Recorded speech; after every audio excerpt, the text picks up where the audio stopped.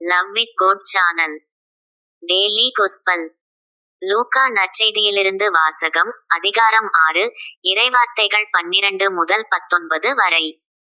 அந்நாள்களில் அவர் வேண்டுவதற்காக ஒரு மலைக்கு போனார். அங்கு கடவுளிடம் வேண்டுதல் செய்வதில் இரவெல்லாம் செலவிட்டார்.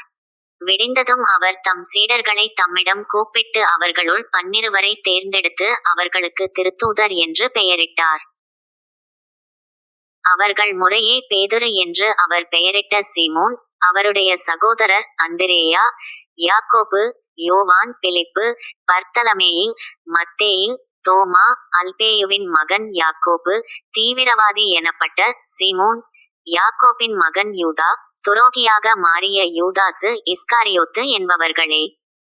இயேசு அவர்களுடன் இறங்கி வந்து சமவெளியான ஓரிடத்தில் நின்றார். பெருந்திரளான அவருடைய சீடர்களும் யூதேயா முழுவதிலிருந்தும் எருசலேமிலிருந்தும் சீதோன் கடற்கரை பகுதிகளிலிருந்தும் வந்த பெருந்திரளான மக்களும் அங்கே இருந்தார்கள். அவர் சொல்வதை கேட்கவும் தங்கள் பிணிகள் நீங்கி நலமடையவும் அவர்கள் வந்திருந்தார்கள்.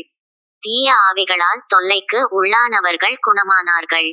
அவரிடமிருந்து வல்லமை வெளிப்பட்டு அனைவர் பிணியையும் போக்கியதால் அங்கு திரண்டிருந்த மக்கள் யாவரும் அவரை தொட முயன்றனர். இது ஆண்டவர் வழங்கும் அருள்வாக்கு. இறைவா, உமக்கு நன்றி.